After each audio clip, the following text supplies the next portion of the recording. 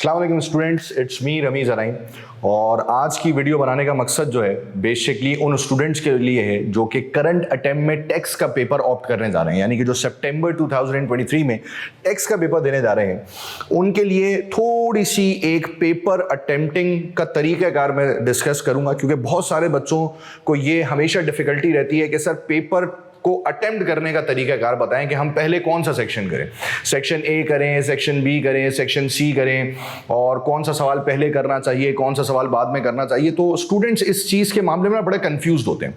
तो मैंने सोचा कि एक वीडियो बनाकर थोड़ा सा स्टूडेंट्स को इसमें हेल्प कर दूं, गाइड कर दूं कि how to attempt the paper. क्योंकि ऑब्वियस सी बात है कि जब आप एक एग्जाम सेंटर में बैठ के पेपर दे रहे होते हैं तो एक प्रेशर होता है, पेपर का एक प्रेशर आपके ऊपर होता ही होता है, और फिर आप आसपास इतने सारे लोग देख रहे होते हैं जिनकी चेहरे पर भी आपको प्रेशर नजर आ रहा होता है, तो आप और प्रेशराइज हो जाते हैं। तो लेट्स डिस्कस के how to attempt the text paper. देखिए, पेपर 3 सेक्शंस में डिस्ट्रीब्यूटेड है, सेक्शन ए, बी और सी। सेक्शन ए में हमें पता है कि 15 एमसीक्यूज आते हैं, सेक्शन बी में 3 एमटीक्यूज हैं, और सेक्शन सी में 3 सीआरक्यूज हैं, that is constructive response questions. मेरे पॉइंट ऑफ व्यू से मैं हमेशा ये गाइड करता हूं कि देखिए, हमें जहन में ये लेकर चलना है कि हमारा जो पेपर है वो 3 घंटों का है। अगर मेरा पेपर 3 घंटे का है, 180 मिनट का मेरे पास पेपर का टाइम है, तो मुझे उस टाइम को किस तरीके से मैनेज करना है। देखिए, we will start with section A. सही ना, सेक्शन ए में 15 एमसीक्यूज हैं। आप एक एमसीक्यू पर जो टाइम पीरियड लगाएं वो 2 मिनट का टाइम पीरियड होना चाहिए। मेरे हिसाब से अगर आपने सही तरीके से पढ़ा हुआ है, आपकी प्रैक्टिस है, आपको चीजें याद हैं, तो एक एमसीक्यू को सॉल्व करने में 2 मिनट से ज्यादा का टाइम पीरियड नहीं लगना चाहिए। इट मींस कि आप टाइम काउंट करके सेक्शन ए में से बाहर निकल जाएंगे इन 30 मिनट्स। 30 मिनट के अंदर अंदर आपने सेक्शन ए को कंप्लीट करना है।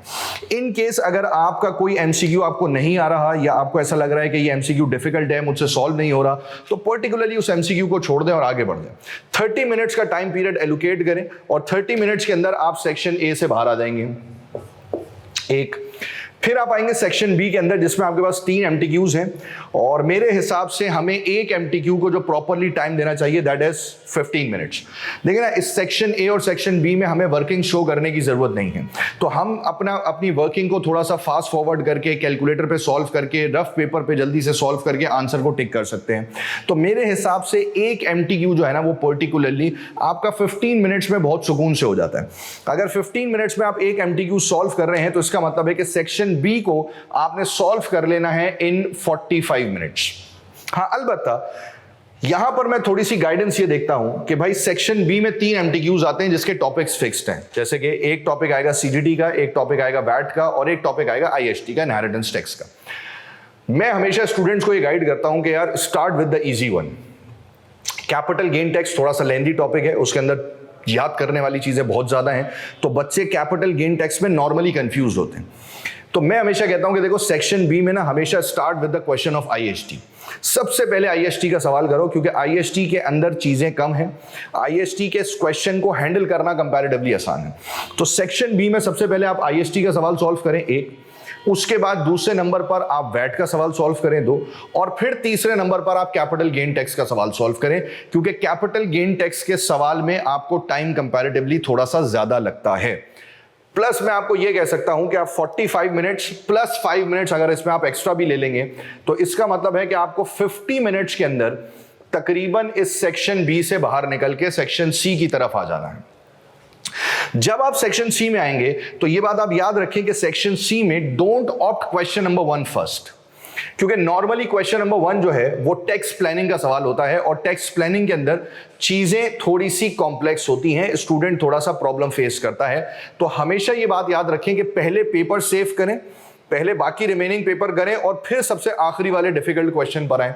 यानी कि मेरी गाइडेंस ये है कि जब आप सेक्शन सी सॉल्व कर रहे हो तो सेक्शन सी में आप सबसे पहले सॉल्व करें question number 2, that will be a mixture of employment income and trading income. Employment और ट्रेडिंग का मिक्सचर होगा, आसान है सवाल सॉल्व करना, बहुत डिफिकल्ट नहीं आता है, और उस सवाल पर आप सुकून से दें 40 मिनट्स। इसी तरीके से आप क्वेश्चन नंबर 3 जो कि कॉर्पोरेशन टैक्स का होता है, फिर आप उसको सॉल्व करें, उसको भी आप दें 40 मिनट्स। यानी कि तकरीबन आप इन दोनों सवालों के लिए आपके पास अवेलेबल टाइम जो होगा वो 80 मिनट्स का होगा। अगर मैं 180 में से इन सबको माइनस कर दूं तो मेरे पास क्वेश्चन नंबर 1 के लिए सीधे सीधे 22 to 25 मिनट्स बचते हैं, जिसमें मैं क्वेश्चन नंबर 1 को सुकून से सॉल्व कर सकता हूं। Question number 1 is always a tricky question in the taxation paper. अगर आप शुरू में क्वेश्चन नंबर 1 में चले गए तो फिर इसकी गहराई में ऐसा डूबेंगे कि क्वेश्चन 2 भी जाएगा और 3 भी जाएगा। तो बहुत सारे स्टूडेंट्स ये गलती करते हैं, बहुत सारे मल्टीपल स्टूडेंट से मेरी जब कम्युनिकेशन होती है आफ्टर द पेपर, तो वो हमेशा मुझे ये इस बात से रिलेटेड जो है ना वो इन्फॉर्मेशन देते हैं कि सर गलती हो गई, क्वेश्चन नंबर 1 पहले ऑप्ट कर लिया, वो थोड़ा सा ट्रिकी था, उसमें टाइम ज़्यादा लग गया, क्वेश्चन नंबर 2 और 3 को प्रॉपर टाइम नहीं दे पाए जबकि वो हमें आता था। तो ये स्टूडेंट्स गलती करते हैं। देखिए, आपको ये गलती बेसिकली नहीं करनी, क्योंकि इस पे मैं आपको गाइड कर रहा हूं कि पहले क्वेश्चन नंबर 2 सॉल्व करें, जो कि थोड़ा सा इजी क्वेश्चन होता है। Question number 3 is also simple question, corporation tax है, बहुत ज्यादा ट्रिकी क्वेश्चन नहीं होता। फिर जब आपका पूरा पेपर सॉल्व हुआ होगा, आपके ऊपर प्रेशर कम हो चुका होगा, आपने पूरा पेपर ऑप्ट कर लिया होगा और सिर्फ आपके पास क्वेश्चन नंबर 1 बचेगा, तो फिर जितना भी टाइम है वो आप क्वेश्चन नंबर 1 पे लगाएं, क्योंकि फिर आपको उसमें टेंशन नहीं होगी कि मुझे दूसरा सवाल भी ऑप्ट करना है, तीसरा सवाल भी ऑप्ट करना है। तो क्वेश्चन नंबर 1 के लिए आपके पास अराउंड 20 to 25 मिनट्स बच रहे होंगे, वो आप उस पर अप्लाई करके जो है वो सुकून से पेपर को सॉल्व कर सकते हैं।